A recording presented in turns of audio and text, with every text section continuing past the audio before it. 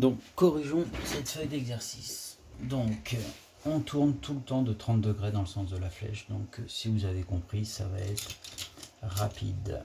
Je prends un stylo, on va mieux voir. Donc l'image du point T, c'est le point Q. L'image du point H, on tourne, on obtient B.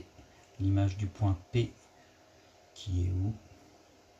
Qui est là, on obtient L. L'image du point V, on tourne, on obtient S. L'image du point F, on obtient T. L'image du point J, qui est là, on obtient le point G. L'image du point K, on obtient le point H.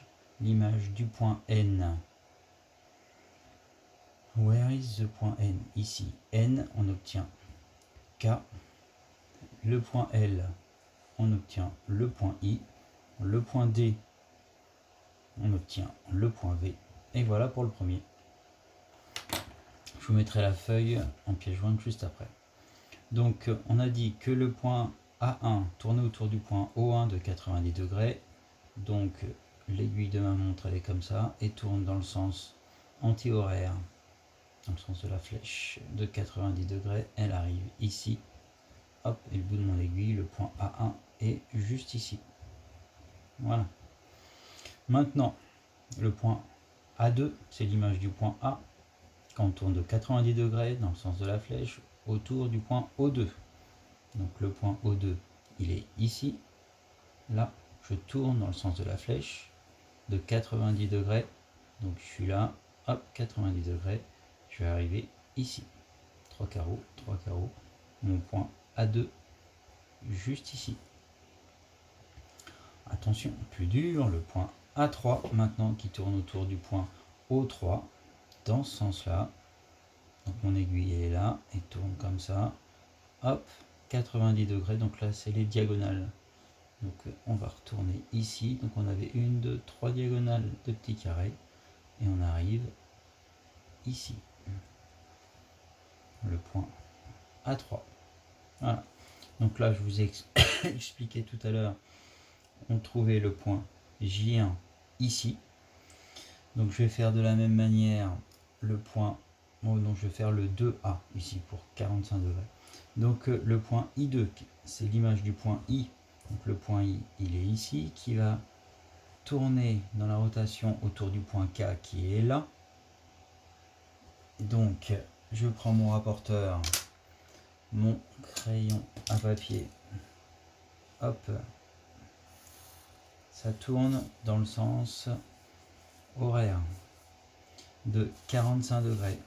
Donc 45 degrés, je tourne comme ça.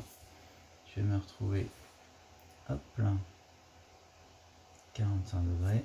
Le 0 extérieur, 45. J'arrive ici, c'est pas la case, c'est simplement ce qui m'indique la rotation, degré. Je fais une petite erreur, je commence à rien voir du tout. Donc, hop, je prends la longueur de mon aiguille et je la reporte. Oh bah j'étais pas loin en plus. Et je tombe sur C2. C2 pour le point I2. I2 dans la case C2. Et le point J1 dans la case A2 tout à l'heure. Voilà, donc je fais le reste et puis je vous... Et donc voilà, dans l'exercice 3, ce qu'on obtient, si j'ai pas fait d'erreur, donc normalement j'en ai pas fait, c'est simplement mes yeux qui auraient eu un souci. Donc le point J1, ici on l'obtient dans la classe A2. Ensuite le point K1, on l'obtient ici dans la case C2.